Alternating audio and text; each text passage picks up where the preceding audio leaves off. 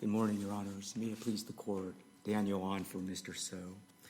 If I may, I'd like to reserve 5 minutes for rebuttal. Your Honors, Judge Lagoya's unanimous decision for the 11th Circuit in Getvey, which is fully in accord with this Court's precedents, makes resolution of the principal issue on this appeal even more straightforward. And I'd like to focus on that issue this morning. So isn't that decision the minority view? There's not a lot of case law out there, but that seems to be the only case that has decided the question in that fashion. Well, it is the first and only circuit decision that Well, there's the Fifth Circuit decision in Wilson. Well, Wilson is not distinguishable in the sense that, or it doesn't go the other way, Your Honor. So if Getvey actually cited Wilson and said that the decisions are harmonious, and it's harmonious because of the standard. So the standard is offenses unambiguously offense-specific. So what does that mean? So I haven't seen any case that has said what you advocate, what you argued in your brief, which is that the offenses have to be listed by statutory reference. And Getvey didn't say that either. In fact, explicitly said that's not required. So I'm left wondering, what does that language mean? What does offense-specific mean? Well, our position is not that a statutory citation is the only way to satisfy the statute. It's the clearest way to satisfy the statute. But there are other ways to satisfy the statute as well. That's what Getvey stands for, Your Honor. So, and what are those other ways? Is sufficient information from which the district court could determine what offense or offenses are the statute of limitations is being told for? That's right. So the offense has to be identified with definiteness and specificity such that it makes it clear to the district court which charge is being told. So a statutory citation would satisfy that standard. Getvey cited Wilson. Wilson said, under circuit precedent, a charge, 1957, is commonly referred to as money laundering. And that would have made it clear to the district court, under circuit precedent in that specific case, that that charge was being told. In this case, Your Honor, we have something that is far different. The charged offense was 371, wasn't even mentioned in the application. But that raises an interesting point. It was mentioned in the treaty request, under the MLAT request. Correct. So was that request submitted to the district court? It seems like it was not submitted to the district court. So we actually made an effort to comb the record to see whether it was actually before the district court on the tolling application. The tolling application does reference an exhibit, but it's unclear whether that was the MLAT. From what it appears in the record, it appears that they were relying only on the U declaration, Your Honor, and then the proposed order. So in this case, Your Honor, I would just say, going back to the court's question, what does offense mean? In Getvey, they said offense means something that is definite and specific. Now that definition, that term, is consistent with Judge Bumate's careful construction of the word offense in Randall as well. It's offense-specific, it's discrete, it refers to a specific charge.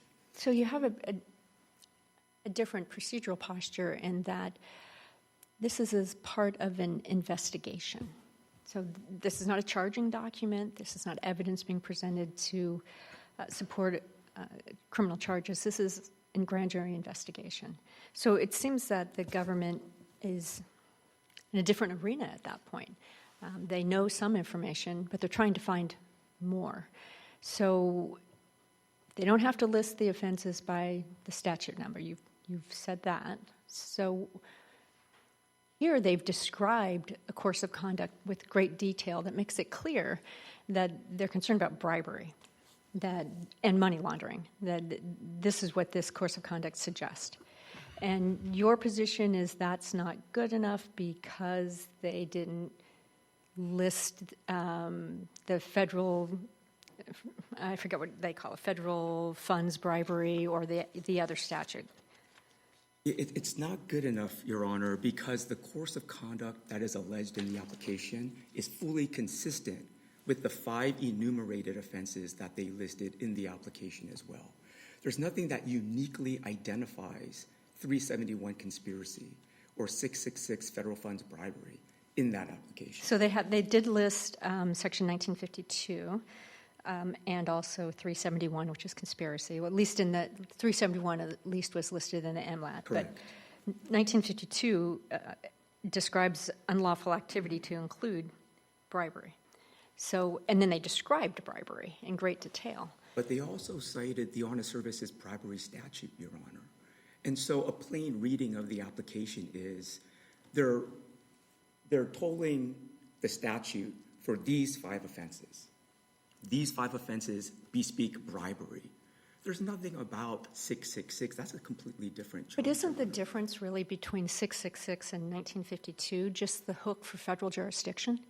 I mean, 1952, it's if it's travels in interstate or foreign commerce or uses the mail, it's the basis for the federal jurisdiction. And in 666, it's federal funding to in this case, I think of a car manufacturer, GM. So that's the hook.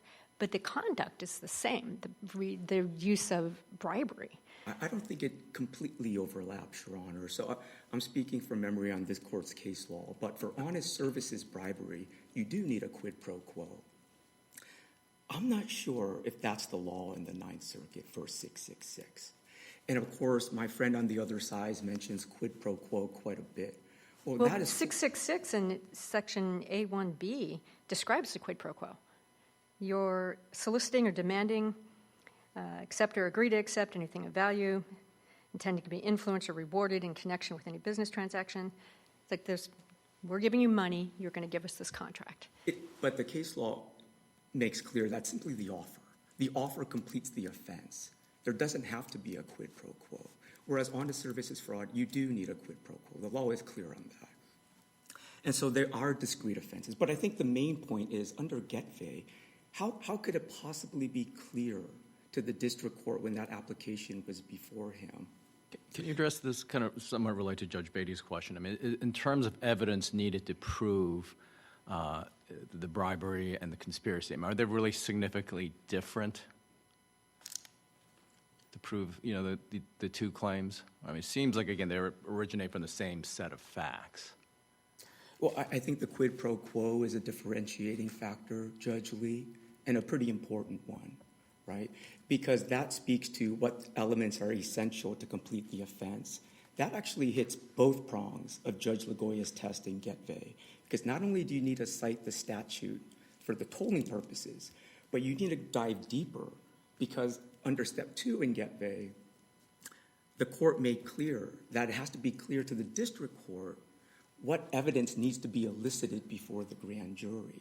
That's an elements question. Part of the Getvey, I mean, I couldn't tell the facts fully, but it seemed like in that case, there were discrete acts because these were tax evasions over a number of years. And it looks like maybe in earlier years, he actually filed tax, but maybe inaccurately. And the last couple of years, he didn't file it at all. And the issue was trying to tag on to those 2 last years where he didn't file the tax returns at all. So those were somewhat, again, the facts aren't that clear from the case, but it seems like they were different acts, although they're all tax fraud. So in that case, it seems like it's a little bit different here where it seems like, both offenses really originate from the same set of facts.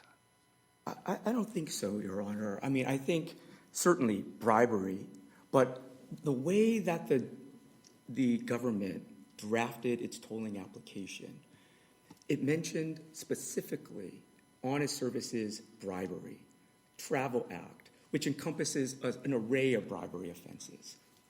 But you've never answered my question about the fact that it happens during an investigation.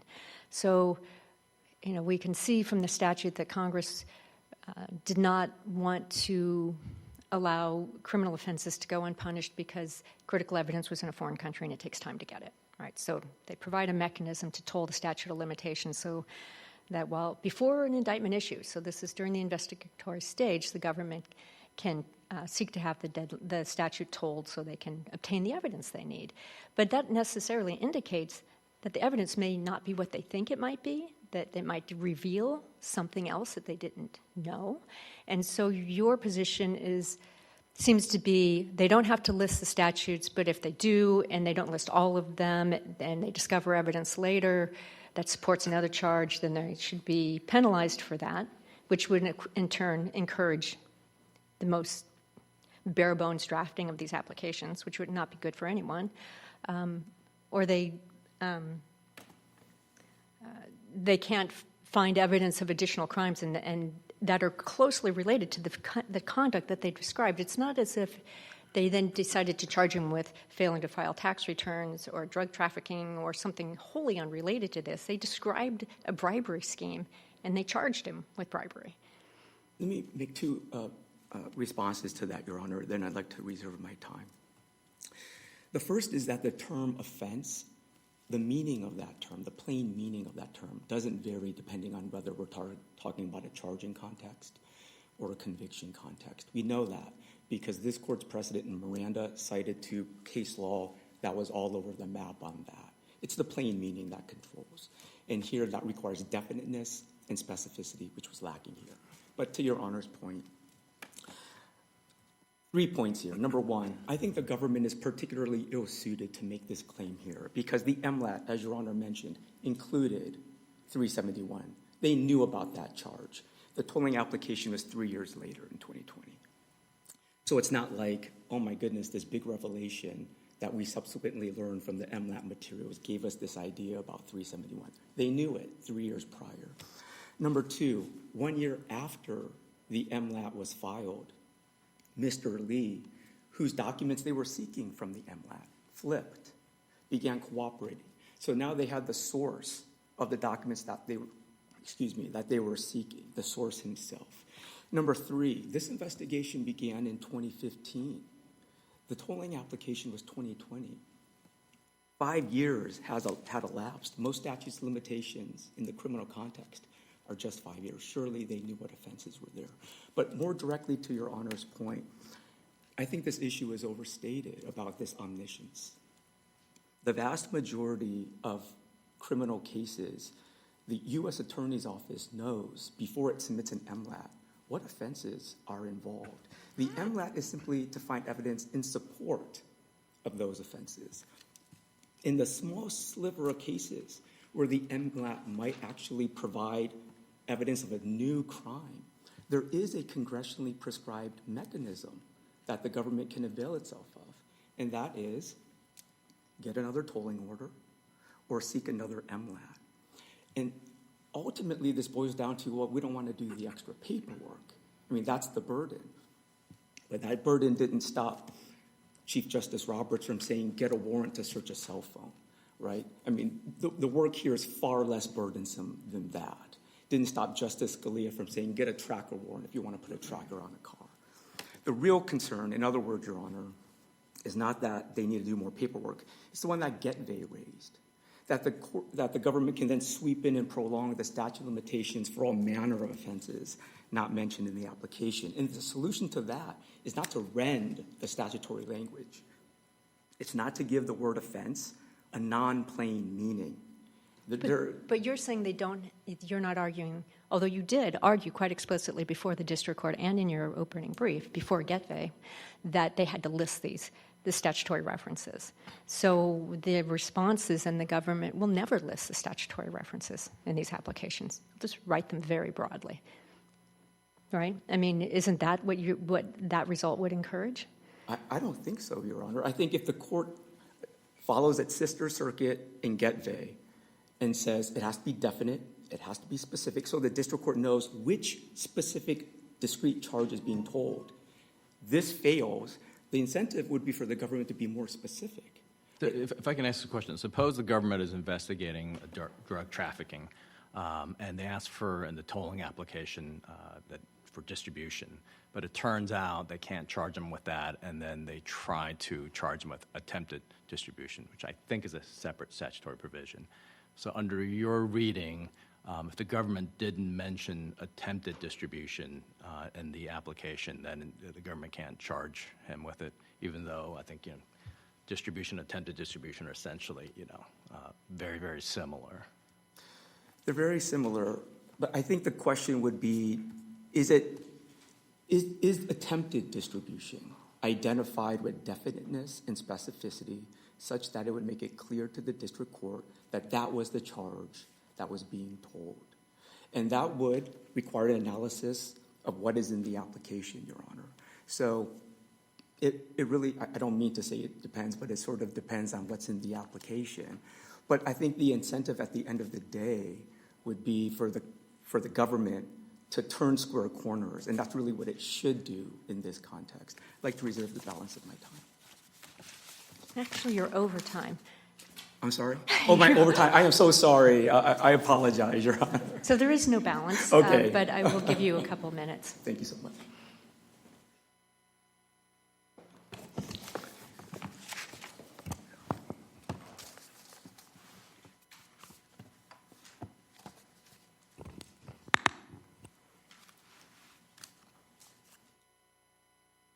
Good morning, and may it please the Court. David P. on behalf of the United States.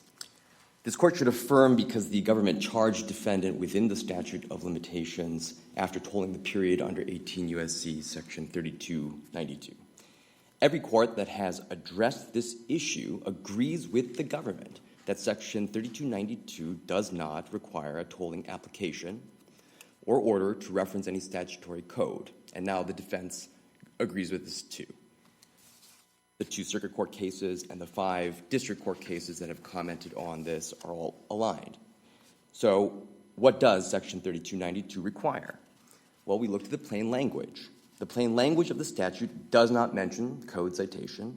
Instead, it simply requires that the application indicate that evidence of an offense is in a foreign country and that the court must find by a preponderance of the evidence that an official request has been made for such evidence and that it is reasonably appears or appeared when the request was made that such evidence is or was in such foreign country.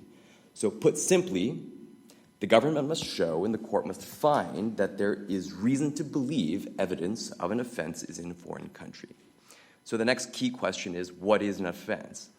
Now, the defense has said an offense means offense specific. And respectfully, I would say that that is question begging. Their definition in their brief from Black's Law Dictionary is that an offense is a violation of law. Now, a statute can encapsulate an offense, but I think nobody would disagree if I said murder is an offense. And murder is not a statute. It's governed by multiple statutes. So is robbery.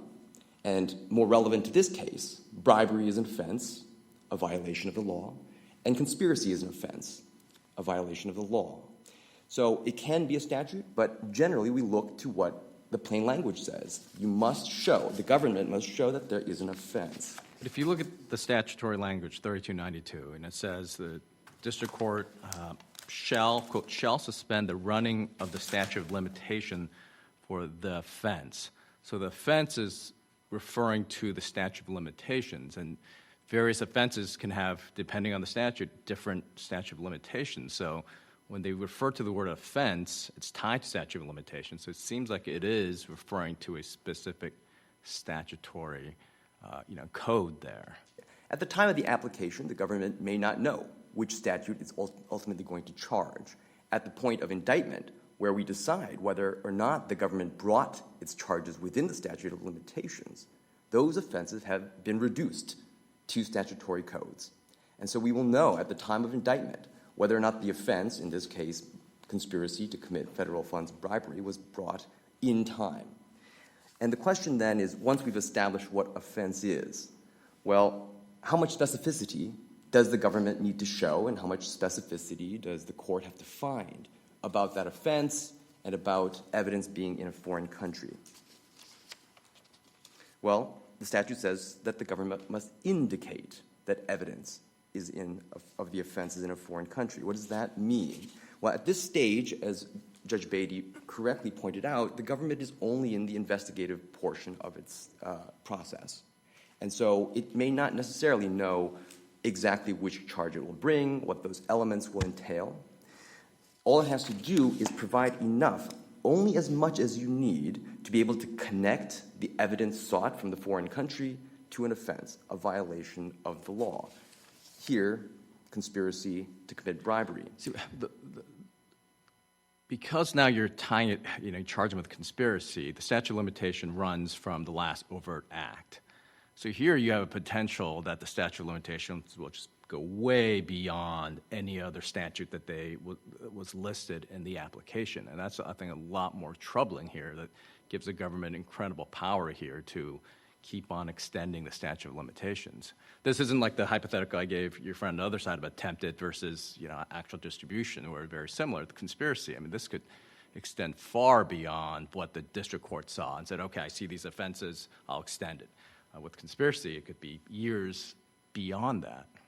Well, the government described in great detail a conspiracy. We didn't use the word, but we described an agreement, a quid pro quo, and the execution of that conspiracy, in fact, which is maybe more than we even needed to. And so it wouldn't come as a surprise to the court that we were dealing with a conspiracy and that the issue that Your Honor is identifying would have potentially been there. That's always true in a conspiracy case, that we're limited by the last overt act, and 3292 is aware of that. But the court may have just accepted the government's word that you weren't investigating conspiracy for whatever reason, and just accepted the application as what the government presented. Well, the government never gave the court its word that it was only investigating non-conspiracy claims. But did list, 4 or 5 offenses in the application, so presumably the district court will just look at those offenses and say, these are the ones that'll be extended, okay, I'll sign off on it. Well, that's not what the statute, that's not what 3292 requires, Your Honor. So, for example, if the government had just listed statutes and said, we want evidence of these crimes, we've listed the statutes, I think that would be insufficient under 3292. That would not be enough for a foreign government to understand what kind of evidence we're looking for. And so the court correctly looked not just to what we listed, but the facts that we alleged both in the application supported by the declaration of the agent. That's where the court is able to determine whether or not an offense has been committed and whether or not evidence is in another country. Did the government submit the MLAT to the district court with the application? I too have tried to figure this out, Your Honor. It does not appear to be in the record.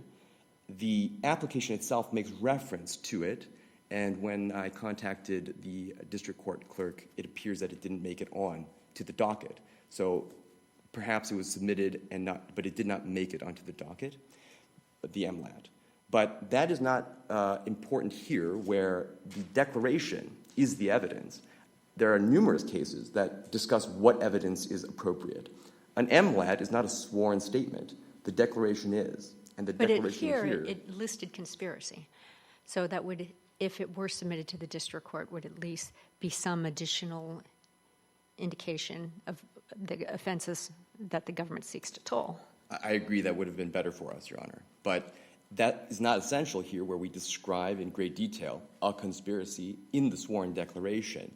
As I said, just listing codes is both not required, but also on its own not helpful, either to the district court or to the foreign government. And if we look for what level of specificity the government needs to state and what the district court needs to find, it's always very fact-specific. And this is an inquiry that the court must undertake. But in every case that we've seen, or almost every case that the parties have cited, they agree that a generic category or description of a violation of law is sufficient. So why does the government include statutory references then? Why did you list those? It's helpful. They are shorthand. It's not confusing to do that. Those are the statutes that the government has the best evidence so far in its investigation to charge. But as Your Honor pointed out, the government may discover additional violations of the law that don't fit neatly within the listed statutes. Here, the government found later on that the most appropriate charge would be 371 for attempting to commit 666. And so listing it should not be viewed as a limitation, and all of the cases are in agreement with that. So if we look to Wilson is a great example of this, the Fifth Circuit case. They ultimately charged money laundering under 1957, but never listed that statute. And they never talked about the $10,000 transaction requirement that comes with 1957. And yet, the court there said, you listed money laundering, we all know what you mean. It's exactly what I said, Your Honor. Murder is an offense.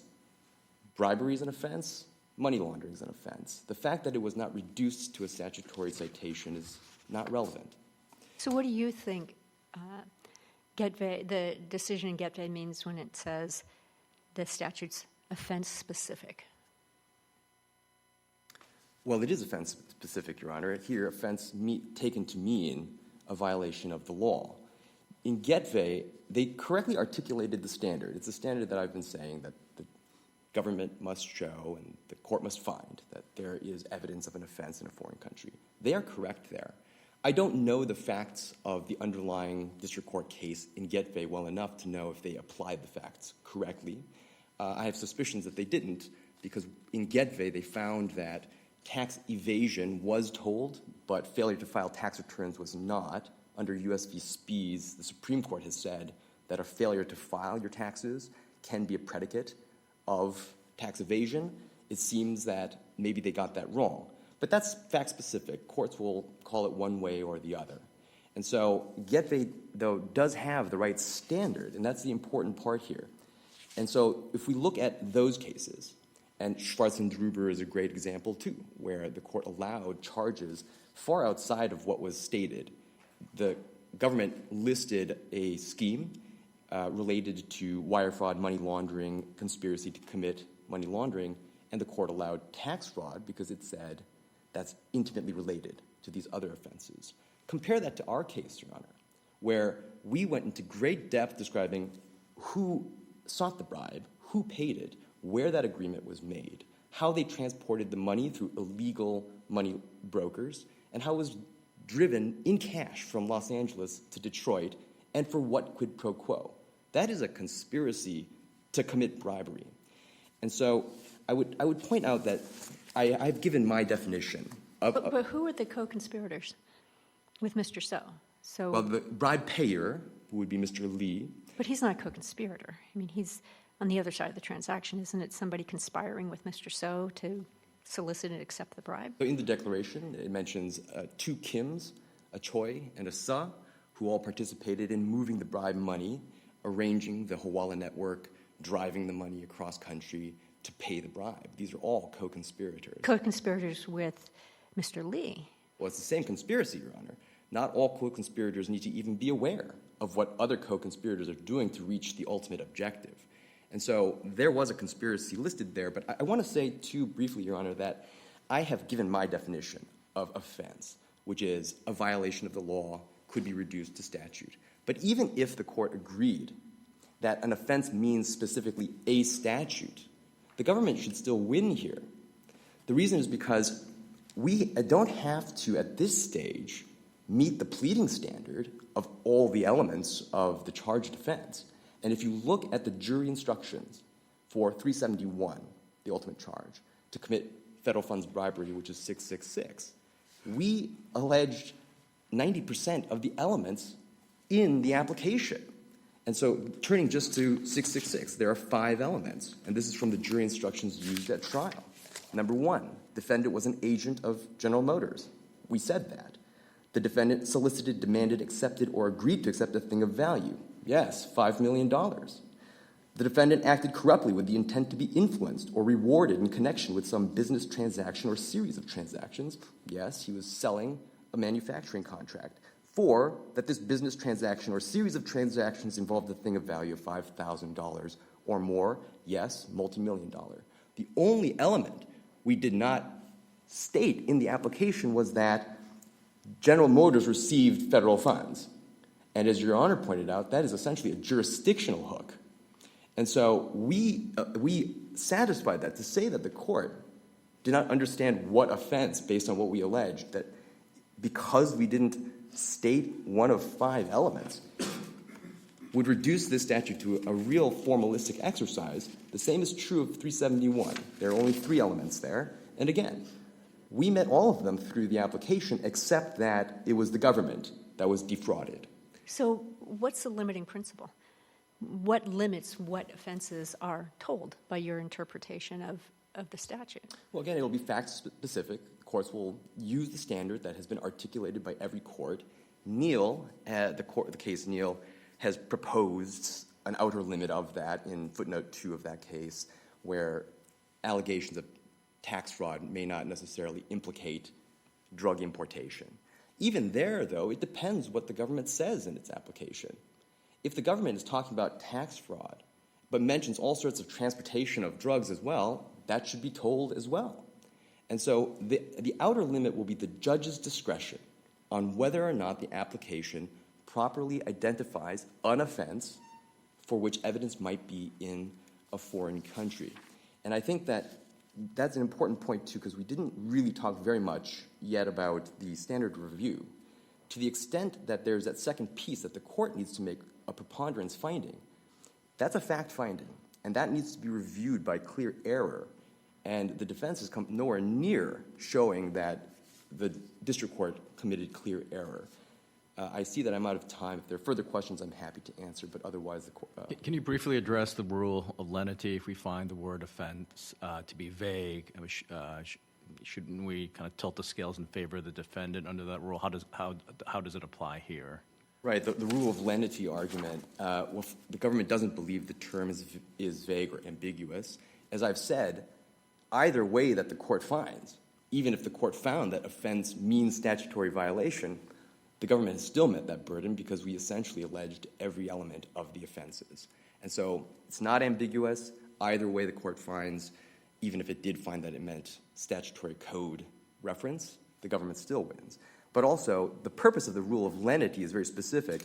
The relevant reason you might apply it here is that the court should not resolve an ambiguity in a criminal statute so as to expand the scope of a criminal statute beyond what the legislature clearly intended. That's from United States v. Workinger. Here, Congress, we're not expanding it beyond what the legislature intended. I'm applying the plain language of the rule, which follows all of the court's interpretation of it. And ultimately, Congress's intent here was to put reasonable guardrails on the government when it extends the statute of limitations. And the government fell within those guide rails by providing plenty of evidence in its declaration to support the tolling application. So you advocated for the test of whether the offense that's ultimately charged is intimately related to any offenses listed in the application. What's the basis of that test? I mean, that's not in the statute, so I know there's one district court decision that used that test, but what could we rely upon to say that's the test? Yeah, I don't know that this court needs to word the rule in the same way that Schwartz and Druber did. But that rule is essentially a different distillation or repetition of the rule that the government is proposing, which is that the government must show and that the court must find that there's reason to believe evidence of an offense is in a foreign country. Now, if something's intimately related, one crime is intimately related to another, then by describing one offense, it should alert the foreign government of what kind of crime and what kind of evidence we're looking for. But that wording is just a different way of saying essentially the same thing that all of the courts have said.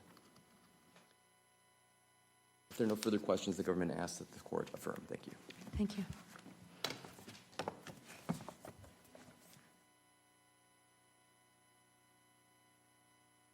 Thank you for the 2 minutes, Your Honor. I appreciate it. I think my friend's definition of the offense is simply that an offense is a term that might broadly encompass multiple violations in an undifferentiated manner. But that's the definition that Judge Bumate rejected in Randall, that Miranda rejects, and that Getve rejects. It has to be a discrete, enumerated offense with specificity and definiteness. And if there's any question about that, then repose, as Judge Lee mentioned, lenity or repose carries the day, because a term that extends the statute of limitations under Supreme Court precedent has to be construed narrowly. Just 3 other points, and I'll quickly end. Number 1, I actually think it's clear that the government abandoned conspiracy in the application. Why do I say that? Because, as Your Honor mentioned, 371 was in the MLAT. It's not in the application. In the application, they refer to the criminal transaction as a scheme in 2 places, ER 742 and 743. A scheme is distinct from a conspiracy. The other thing in the application that shows that the conspiracy is probably not being contemplated here is Lee decided to enter into a non-prosecution agreement. So did Kim. All that leaves is the defendant in this case, which fits the scheme, that the word that they used. I think the final point I would make, Your Honor, is that there is a narrower basis upon which the court can reverse the district court. And that is by simply looking at the tolling application itself, putting the statute to the side. Because they had the pen, and they chose certain wording. And the wording they chose was they're seeking tolling for these 5 specific offenses. They drafted that in a way that manifested exhaustiveness, using interrelated counts, charges. I'm sorry, Your Honor, I see my time has expired. May I finish my sentence? Of course. Thank you very much. The Scalia-Garner Treatise tells us that when there's a specific delineation of items, omissions, 371 and 666, are taken as exclusions. That clear interpretive principle confirms a clear choice of language that the government used. That alone is a basis to reverse the district court. Thank you very much. All right, thank you. Counsel, thank you both for your arguments this morning. They were very helpful, and this case is submitted.